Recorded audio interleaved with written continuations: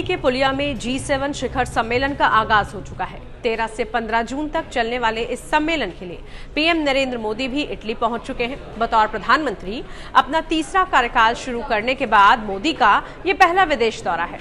इस दौरान प्रधानमंत्री कई देशों के राष्ट्राध्यक्ष से मुलाकात करेंगे और कुछ देशों के राष्ट्राध्यक्षों के साथ संभावित द्विपक्षीय बैठक भी वो कर सकते हैं। भारत की तरफ से प्रधानमंत्री नरेंद्र मोदी G7 शिखर सम्मेलन में आउटरीच देश के प्रधानमंत्री के तौर पर शामिल हो रहे हैं। दरअसल भारत G7 का हिस्सा नहीं है, लेकिन इसके बावजूद लगातार 7 बार से प्रधानमंत्री मोदी को G7 समारोह में आउटरीच देश के तौर पर न्योता भेजा जाता रहा है।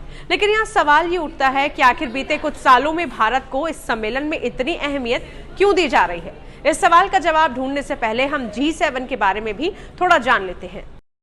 क्या है G7? G7 दुनिया की 7 सबसे बड़ी अर्थव्यवस्था वाले देशों का ग्रुप है, जो वैश्विक व्यापार और अंतर्राष्ट्रीय वित्तीय प्रणाली पर हावी है। इसमें America, Britain, France, Germany, Italy, Japan और कनाडा शामिल हैं। ये 7 देश खुद को कथित तौर पर दुनिया की शीर्ष अर्थव्यवस्था वाले देश कहते हैं और हर साल आपसी हितों को लेकर बैठक भी करते हैं। हालांकि इनका दावा है कि दुनिया भर के अलग अलग मुद्दों पर अपनी नीतियां तय करते हैं। G7 दावा करता है कि वो दुनिया भर के मुद्दों को अपने शिखर सम्मेलनों में चर्चा का मंच देता है। समूह ये भी दावा करता रहा है कि वो मानवाधिकारों की सुरक्षा, लोकतंत्र और सतत विकास जैसे मुद्दों को अपना सिद्धांत मानता रहा है। अब G7 के देशों के लिए भारत की क्या अहमियत है, इसे भी समझ लेते हैं। G7 देशों के लिए भारत अहम क्यों? G7 का भारत के साथ बातचीत करना उसके लिए कई कारणों से जरूरी है। इसमें सबसे पहला कारण भारत की अर्थव्यवस्था है। भारत दुनिया की 5वीं सबसे बड़ी अर्थव्यवस्था बन चुका है। $2.66 ट्रिलियन की जीडीपी के साथ भारत की अर्थव्यवस्था G7 के 3 सदस्य देशों फ्रांस, इटली और कनाडा से भी बड़ी है।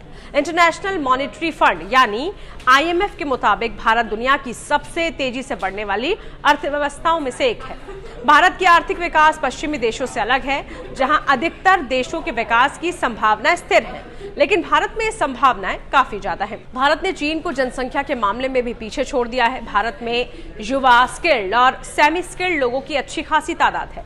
इसके अलावा हाल के सालों में G7 के सदस्य देश हिंद प्रशांत क्षेत्र पर फोकस करते दिख रहे हैं। इसके लिए भी भारत उनका अहम साझेदार हो सकता है। भारत एक मजबूत लोकतांत्रिक देश है, इसलिए भी G7 हर साल भारत को आमंत्रित करता है और उससे संवाद करना चाहता है। अब आपको बताते हैं आखिर क्यों खास है G7 समिट 2024। इटली में हो रहे G7 शिखर सम्मेलन कई वजहों से खास है।